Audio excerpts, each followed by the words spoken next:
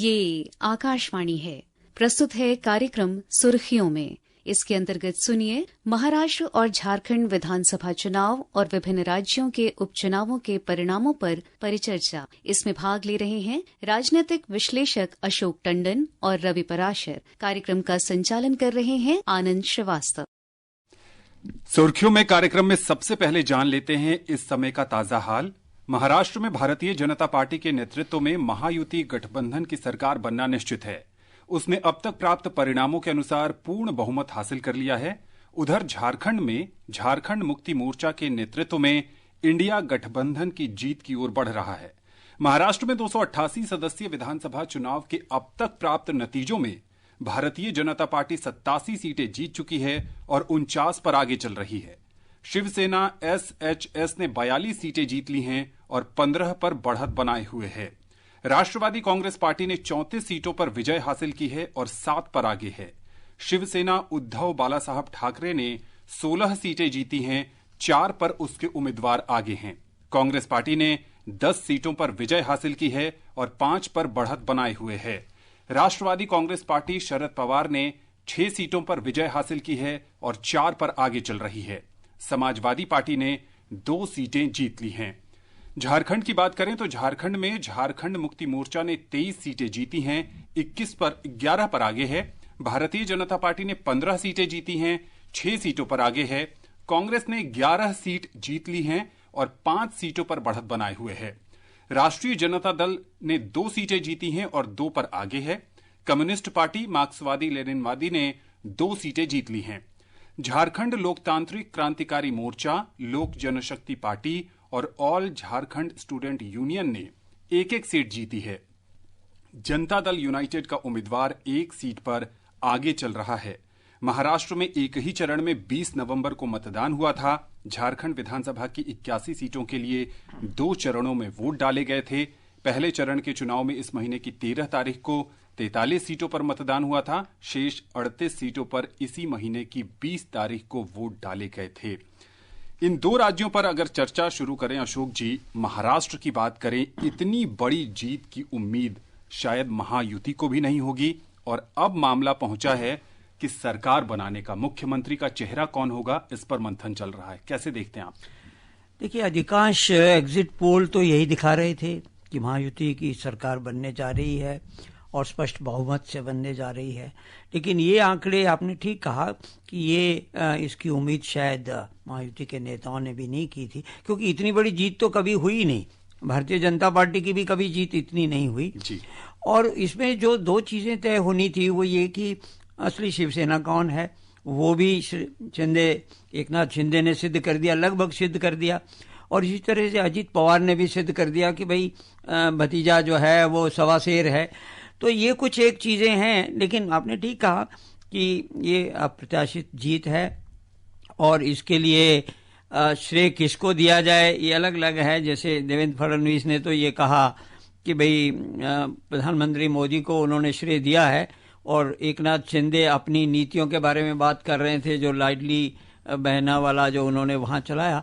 लेकिन कुल मिलाकर मेरा ऐसा मानना है कि इस सारे मामले में जो कांग्रेस पार्टी, जिसका लोकसभा में बहुत अच्छा प्रदर्शन रहा, और कुल मिलाकर अगर देखें तो इंडी गठबंधन का भी लोकसभा में बहुत अच्छा प्रदर्शन रहा, तो ऐसा क्या हो गया कि ये स्थिति आई?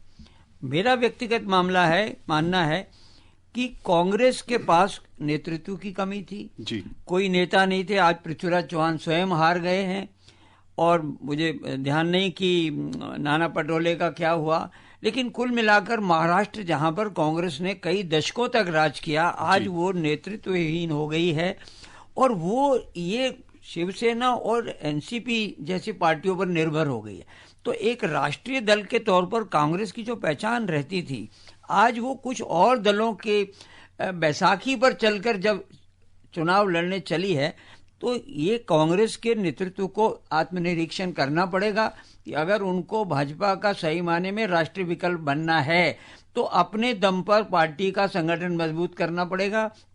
वरना कभी ये आरजेडी 4 सीट छोड़ेगी बिहार में, कभी ऐसे कल को दिल्ली में फिर से आप आम आदमी पार्टी के साथ अलायंस करेंगे। इससे मुझे लगता है ये सबक कांग्रेस पार्टी के लिए बहुत महत्वपूर्ण है कि उनको आगे कहाँ जाना है। बिल्कुल। पराशर साहब, अगर झारखंड के जो हाल है अगर उसको समझने की कोशिश करें आपसे, बीजेपी एंटी इनकम्बेंसी फैक्टर को नहीं भुला पाई, या फिर जैसा कि कहा कि लाड़की बहन योजना ने महाराष्ट्र में अहम भूमिका निभाई, वहां मैया योजना के सहारे जो हेमंत सोरेन है एक बार फिर वापसी करते नजर आए। देखिए, भारतीय लोकतंत्र की ये बहुत बड़ी खूबी है कि महाराष्ट्र की हमने बात की तो एक बम्पर जीत, महाजीत महायुति की होती दिखाई दे रही है। तो झारखंड में इंडी अलायंस की को अच्छी खासी जो एंटी इनकम्बेंसी भी नहीं चला, भारतीय जनता पार्टी या एनडीए कहें, उनका कोई भी वादा, नारा, दावा जनता को पसंद नहीं आया। कई बार यह होता है कि कुछ नारे, कुछ जुमले इस तरह के होते हैं कि एक राज्य में तो काम करते हैं, दो राज्य में काम करते हैं, किसी राज्य में नहीं काम करते, क्योंकि उस राज्य की सियासत की जमीनी हकीकत कुछ और ही है। अब कहा तो ये जा रहा है कि भले ही सरकार नहीं भेजती किसी को जेल, प्रशासन भेजता है। हेमंत सोरेन को जिस तरह से जेल में रहना पड़ा, तो उसे देखते हुए सहानुभूति उनको जनजातीय वोटरों की खासतौर पर मिली। और जो एनडीए के जो वादे थे, दावे थे या मुद्दे थे कहें, सीधे सीधे तौर पर उनकी ओर वहां का वोटर आकर्षित नहीं हुआ। लेकिन मैं फिर कहूंगा यही बात कि ये भारतीय लोकतंत्र की बहुत बड़ी खूबी है कि कोई लहर हवा जैसी अब चलती हुई दिखाई नहीं देती। कोई मुद्दा किसी राज्य में काम करता है, वही मुद्दा दूसरे राज्य में काम नहीं करता। जी बिल्कुल। और झारखंड पर ही और विस्तार से चर्चा के लिए हम चलते हैं रांची में अपने संवाददाता के लाल के पास। लाल साहब, स्वागत है आपका, और आपसे ये समझने की कोशिश करेंगे कि अब वहां सरकार बनाने को लेकर किस तरह की प्रक्रिया चल रही है। हमने देखा कि कुछ समय पहले हेमंत सोरेन ने प्रेस कॉन्फ्रेंस भी की थी, क्या कहा उन्होंने और क्या चर्चा है? जी, मैं आपको बता दूं कि मुख्यमंत्री हेमंत सोरेन के निवास स्थान पे कल इंडिया ब्लॉक के विधायक दल। लाल साहब, आवाज मिल रही है आपको? हाँ, आवाज मिल रही। मेरी आवाज आपको मिल रही है? Hello hello. आपसे समझने की कोशिश करेंगे कि जी, हेमंत सोरेन ने अभी प्रेस कॉन्फ्रेंस की है, किस तरह की बातें कही हैं और क्या कुछ सरकार बनने को लेकर अपडेट है? कल जो है मुख्यमंत्री हेमंत सोरेन के सरकारी आवास पर इंडिया ब्लॉक के विधायकों की बैठक बुलाई गई है।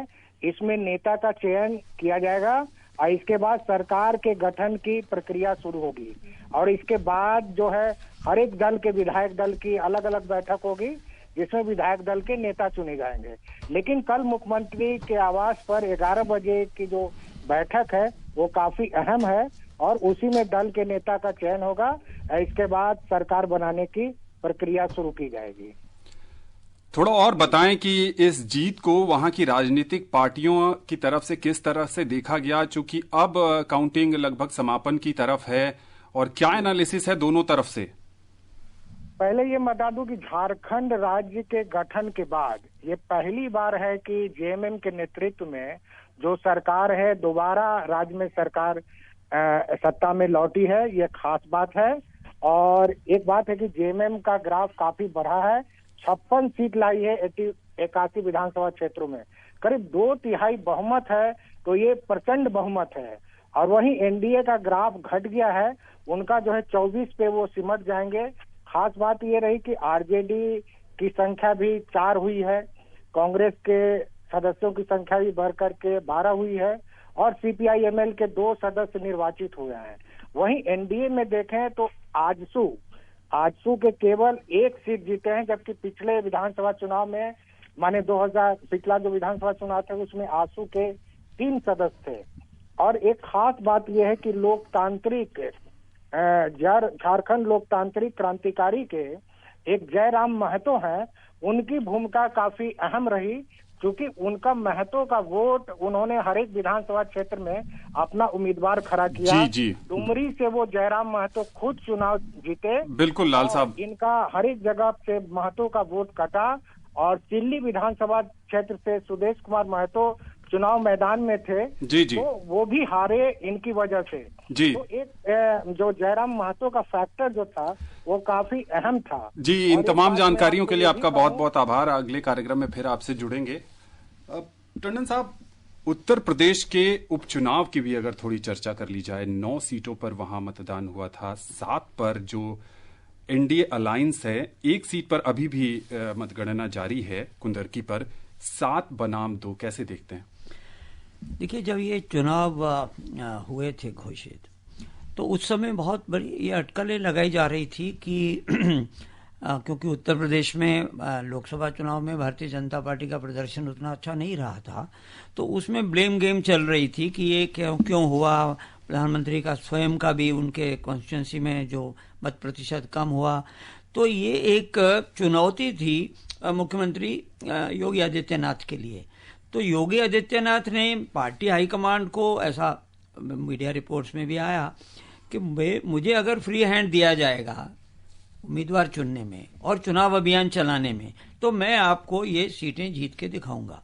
और शायद ऐसा केंद्रीय नेतृत्व ने उन पर विश्वास रखा और उम्मीदवारों का चयन उन पर छोड़ा। और हम जानते हैं कि कितने महीने पहले से इस चुनाव प्रचार के लिए योगी ने तैयारी शुरू कर दी थी। तो ये जो उन्होंने चुनौती स्वीकार की और उसके लिए आज उन्होंने रिजल्ट दिखाए हैं, तो मैं समझता हूं केंद्रीय नेतृत्व इस बात से प्रसन्न होगा कि आने वाले उत्तर प्रदेश के विधानसभा चुनाव की दृष्टि से ये बहुत ही महत्वपूर्ण जीत है। महाराष्ट्र से हमारे साथ जुड़ गए हैं हमारे संवाददाता कुणाल शिंदे। कुणाल, स्वागत है। आपसे ये समझना चाहेंगे कि जो प्रेस कॉन्फ्रेंस हुई है वहां पर महायुति की तरफ से, उसमें क्या कुछ प्रमुख निकलकर सामने आया? जी, इसमें तो खास जो ये हाईलाइट ये प्रेस कॉन्फ्रेंस की ये है कि जो भी एकनाथ शिंदे थे, फिर देवेंद्र फडणवीस और अजित पवार, इन्होंने ये जो भी 2-2.5 साल में जो भी काम किया है, जैसे डेवलपमेंटल वर्क किए हैं, और खास तौर पे इनका कहना है कि जो लाडली बहन स्कीम है, माझी लाडली बहन, तो ये खास तौर पे वुमेन्स के लिए थी। इसमें 1,500 रुपया सरकार जो औरतें हैं उनके बैंक अकाउंट में जमा कर रही है, और साथ ही 2,100 रुपया अभी जो मैनिफेस्टो में भी उन्होंने मेंशन किया है कि 2,100 रुपया वो लोग जब फिर से चुन के आएंगे तो देने वाले हैं। तो ये स्कीम का बहुत बड़ा, अजित पवार ने तो स्ट्रेट अवे कह दिया कि ये तो गेम चेंजर रहा है। और साथ ही जो भी कोस्टल रोड का प्रोजेक्ट हुआ है, अटल सेतु हुआ है, जो भी अच्छे जैसे वाडवन बंदर का भी है, तो जो डेवलपमेंटल प्रोजेक्ट्स हुआ है उसके ऊपर उन्होंने खास जोर दिया और कहा कि इस काम, उनके काम की वजह से लोगों ने उनको चुन के दिया है। बाकी जो भी ऑपोजिशन का कहना था, जो ऑपोजिशन क्रिटिसाइज कर रही थी लाडली बहन स्कीम के लिए कि एक्सेस खर्चा कर रहे हैं गवर्नमेंट, इसका कैसे इम्प्लीमेंटेशन होगा, ये है। तो जो क्रिटिसिज्म जो हुआ है ऑपोजिशन की तरफ से गवर्नमेंट की तरफ, तो ये लोगों ने पसंद नहीं किया है, और उसी के नतीजे गवर्नमेंट को ये, मतलब जो महायुति है उनको ये इतना अच्छा मैंडेट मिला है। और साथ ही देवेंद्र फडणवीस ने उनको जब पूछा गया कि अगला चीफ मिनिस्टर कौन होगा या चीफ मिनिस्टर के बारे में क्या है, आपकी राय क्या है, तो उन्होंने यही कहा कि पहले तो जो लेजिस्लेटिव पार्टी मीटिंग्स होगी रिस्पेक्टिव पार्टीज की, जैसे एकनाथ शिंदे की शिवसेना की, एनसीपी की और बीजेपी की, जी जी उसके बाद जी कुणाल, डिसीजन पे आएंगे कि कौन चीफ मिनिस्टर होगा। हालांकि ये भी कहा जाता है, बिल्कुल इस कॉन्फ्रेंस पर और भी विस्तार से आपसे अगले कार्यक्रम में चर्चा करेंगे। आप जुड़ने के लिए बहुत बहुत शुक्रिया। पराशर साहब, समय बहुत कम है, एक बहुत संक्षेप में कमेंट अगर महाराष्ट्र पर आप करें। मैं ये कहना चाहता हूं कि केवल और केवल सरकारी योजनाओं के बूते इतनी बड़ी जीत हासिल नहीं होती है। कहीं ना कहीं जो वोट फेवर में महायुति के पड़ा है, बम्पर वोट पड़ा है, वो समाज की एक प्रतिक्रिया भी है। ऐसी खबरें आ रही थी कि मुस्लिम वोटरों को ध्रुवीकरण करने के लिए उलेमा और 400 एनजीओ काम कर रहे थे, तो उसकी बड़ी स्वाभाविक सी प्रतिक्रिया होती हुई दिखती है। और यही वजह है कि कांग्रेस वहां पर महाराष्ट्र में अब तक की सबसे कम सीटों तक पहुंच गई। पराशर साहब आपका और टंडन साहब आपका कार्यक्रम में जुड़ने के लिए और विशेषज्ञ राय साझा करने के लिए बहुत बहुत शुक्रिया। अभी आप सुन रहे थे महाराष्ट्र और झारखंड विधानसभा चुनाव और विभिन्न राज्यों के उपचुनावों के परिणामों पर परिचर्चा। इसमें भाग ले रहे थे राजनीतिक विश्लेषक अशोक टंडन और रवि पराशर। कार्यक्रम का संचालन कर रहे थे आनंद श्रीवास्तव। ये कार्यक्रम आकाशवाणी के समाचार सेवा प्रभाग द्वारा प्रस्तुत किया गया। इसे आप हमारे mobile app news on AIR और YouTube channel news on AIR official पर भी सुन सकते हैं। इस कार्यक्रम के संबंध में अपनी प्रतिक्रिया आप हमें ईमेल या व्हाट्सएप के माध्यम से भेज सकते हैं। ईमेल का पता है airnsdtalks@gmail.com